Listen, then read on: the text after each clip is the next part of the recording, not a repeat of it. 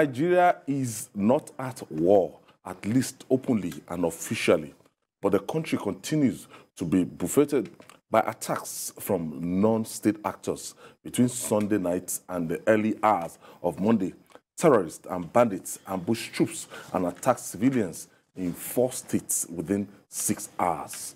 The states attacked include Borno, Plateau, Katsina State, where they killed many and kidnapped others, as well as a village in the Federal Capital Territory, FCT, Abuja, where they killed a 7-year-old child and abducted 9 residents. Many Nigerians wonder if the time is not ripe for new strategies to tackle terrorists in the country. Judy, from this, it's now like a daily report. And if you look out for... Many of them don't even get reported. Yeah. That's the painful thing. Many don't. It's no longer a big deal. We are saying it should be a big deal. But it's unfortunate that killing of people has become such a recurrent matter in our country that it does not strike any... I mean, it does not make people shocked anymore. People losing their lives does not stir any kind of shock in Nigerians anymore. But at the same time, nothing has given this government a bad name like this insecurity, especially the feeling that it is powerless. That topic we discussed yesterday, yes, it was on BBC. Yes. It was on BBC, Foreign Service. That's the guy that was turbaned. Yes. A terrorist. I mean, if people didn't see the video, they would say it's fake. Well, people saw the video and you saw the huge crowd that was there. Yeah. In fact, one of the commissioners was also there. Because our commissioner, I think, is from that local government. So, you know? So this is how bad it is. When I was preparing, I saw that in the first quarter of this year, we have lost 2,331 people to insecurity. And 65% of the total attacks have come from the north. 65%. This Abuja, this Abaji area is full of terrorists. That Abaji, that's the border between Kogi and the Federal Capital Territory. Full of, most of the attacks on that Lokoja, Abuja highway have happened within that small area. Most of the exchange of gunshots between bandits and police or soldiers have happened in that area. That's the same area where they've taken residents away and killed a boy. We've got to do much better. That is the point that I'm making. It appears that all the steps that we have taken have failed to yield the dividends. We said we must begin to call bandits terrorists, that it will enable us to visit the highest form of violence on them. It has not achieved the aim. We said, okay, we are even telco services, we are stopping telco services. So that they won't be communicating. We stopped telco services across those contiguous states. Still. It didn't achieve anything. They came, but we had to forget, because people were suffering. Even when people get kidnapped, they can't raise alarm. Because we stopped telco services, we had to allow telco services to come back. The thing has not reduced. We tried to pacify them. Governor Masari tried to pacify Governor of Zamfara. In fact, that of Zamfara, I remember the former IG even sent the police commissioner to go and attend the ceremony where those boys were pacified, where they agreed to lay down their arms. You and I know that effort has failed. They are back to kidnapping people. Anybody who negotiates with bandits is wasting his time. It can only be for a short period. Once they get hungry again, they go back and start kidnapping people. So when you see all of the steps that we have taken, including air bombardment, and you see that they are still harassing our people, still killing our people, you then wonder that what should we do next? Are we simply to give up? It's overwhelming. You are killing soldiers. You are killing policemen. Look at in Birnin Gwari, for example, in Kaduna, they even assume that they own Birnin Gwari area.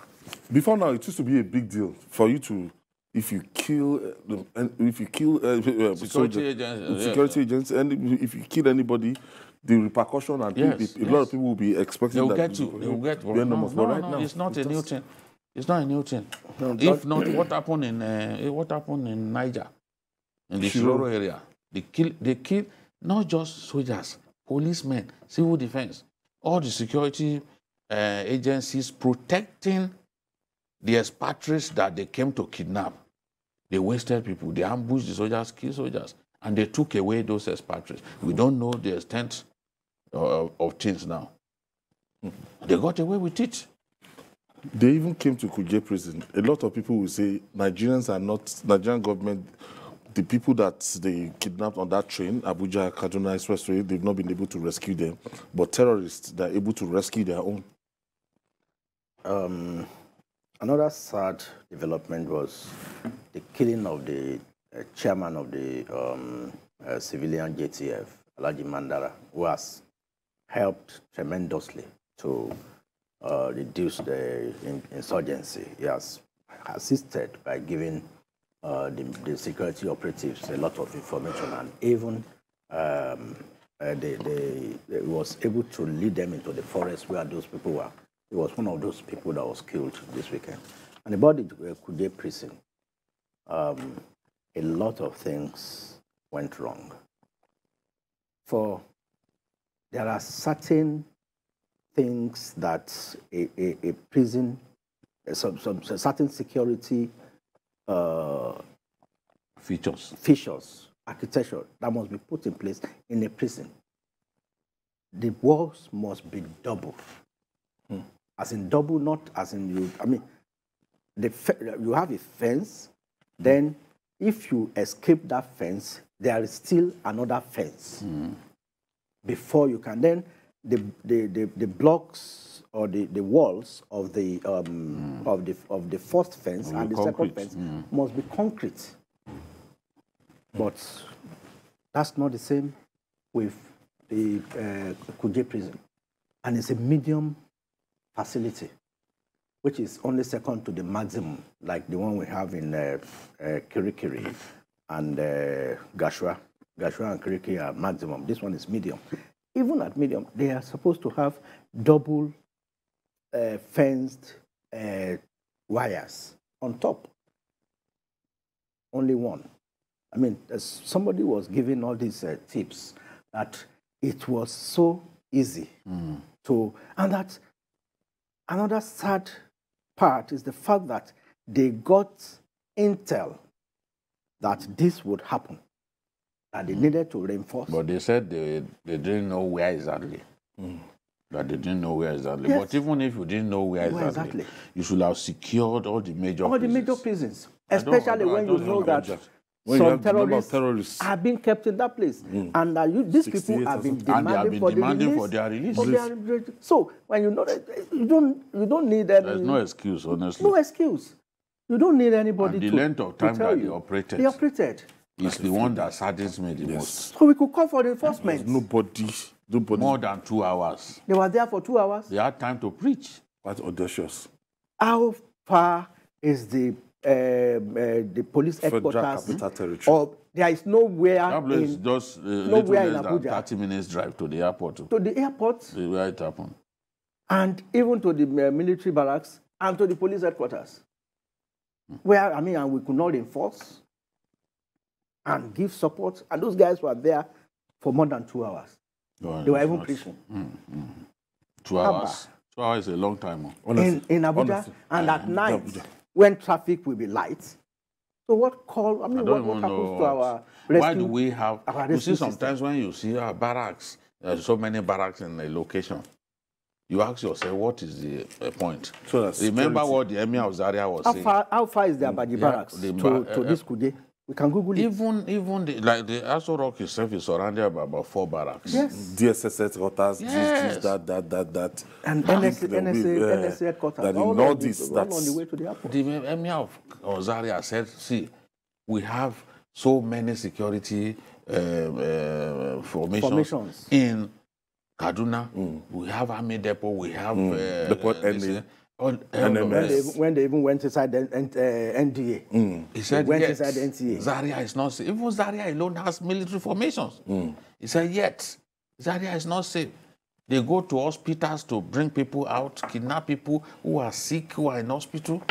These mad people. They even went to a leprosarium where you keep people who have leprosy. They went in to show you how deranged they are. Really, really. How do you go to leprosarium, for God's sake? Went to an hospital. Go to hospitals. I think the president was even surprised. The thing is, the way it is now, not even in the... Some people are not even giving him the true picture of things. No. When I went to do some work in Kogi East, the doctors told me that to do ward round, they go around with policemen with AK-47 to do ward round. Can you imagine? Yes. Because these guys were targeting doctors. Yeah. The same way they are targeting Catholic priests and all that now. They are targeting doctors. So they had to now go around, when they are doing their ward round, they will go with armed somebody who is ill. A doctor comes to his bed to attend to him, and he sees two policemen with AK-47. Can that aid his recovery? I'm telling you, safety down. He will be too terrified. Yet, in some countries of the world, before you can see a long rifle, before you can see rifle, honestly, in broad daylight, it's shotguns that you see all around. Yeah. But Ghana, in our country, from the airport, you start seeing long. When you go to Ghana, for example, is that how you see people with AK-47? That's to tell you the extent of insecurity in our country. And we are not defeating these guys. Yet we have the resources to defeat them. If we come up with the right approach, we come up with the right strategy, and we do not relent. I always say that, look, even though we are making progress in the Northeast, the worst thing we can do to ourselves is to be lethargic, is to think that, yes, the war is won. Look at what happened in Gubio now. The ambush on troops. Yeah. It shows that, look, whatever progress we've made, that the war has not ended. Yeah. The threat has not been completely taken away. In Gubio, they actually sold a dummy to the soldiers. They went to the Ruga facility, on motorbikes. So the soldiers went there to look for them. So they dispersed. After about 6 or 8 hours, the soldiers, after combing that place, they thought they had disappeared, not knowing that they have gone somewhere to ambush and regroup. As the soldiers were going back, they opened fire.